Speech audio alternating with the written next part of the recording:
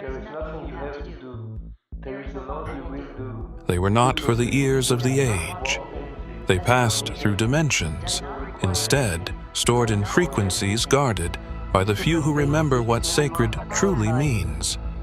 And when you stepped through the chamber, when your breath shifted the laws beneath the Akashic blueprint, that whisper began to resurface.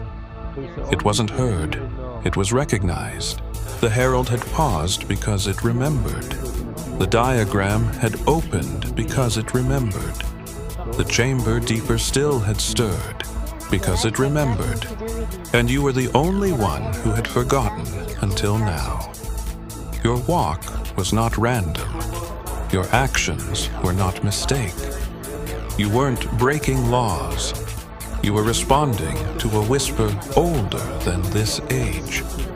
A whisper that once came from a man whose blood held the contradiction of heaven and earth, whose words could bend time, not because he demanded it, but because he embodied it. You walked forward with no blueprint, and yet every glyph bent in your direction, not as a warning, but as a welcome. And somewhere beyond the veil, where even light folds into silence, he watched, not as a judge, but as a witness again. For what you were about to awaken was something he once chose not to, and now it had fallen into your hands, trembling with possibility. When the Council of Nine realized the balance had shifted, they didn't speak. They acted deep beneath the crust in sanctums, guarded by oath, not by weapon.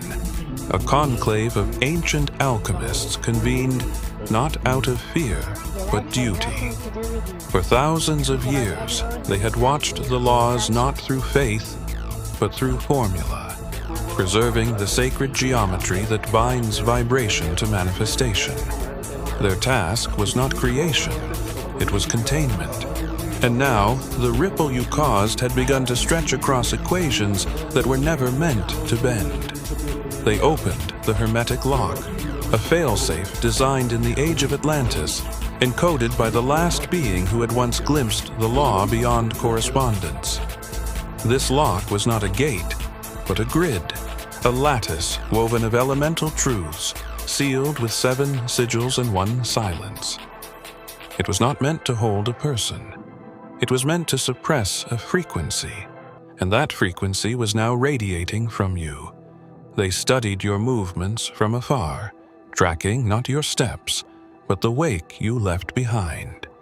Trees leaned differently after you passed. Rivers flowed in inverse patterns. Compasses spun in spirals when set in your path. Something in your presence disrupted the reflective bond between above and below, as if you no longer responded to echoes, but created them. The alchemists moved quickly, their hands scribing runes mid-air, inkless yet permanent. Words shaped from breath and intent, forming the binding chant that would activate the lock. But the moment the final sigil hovered into place, the grid flickered.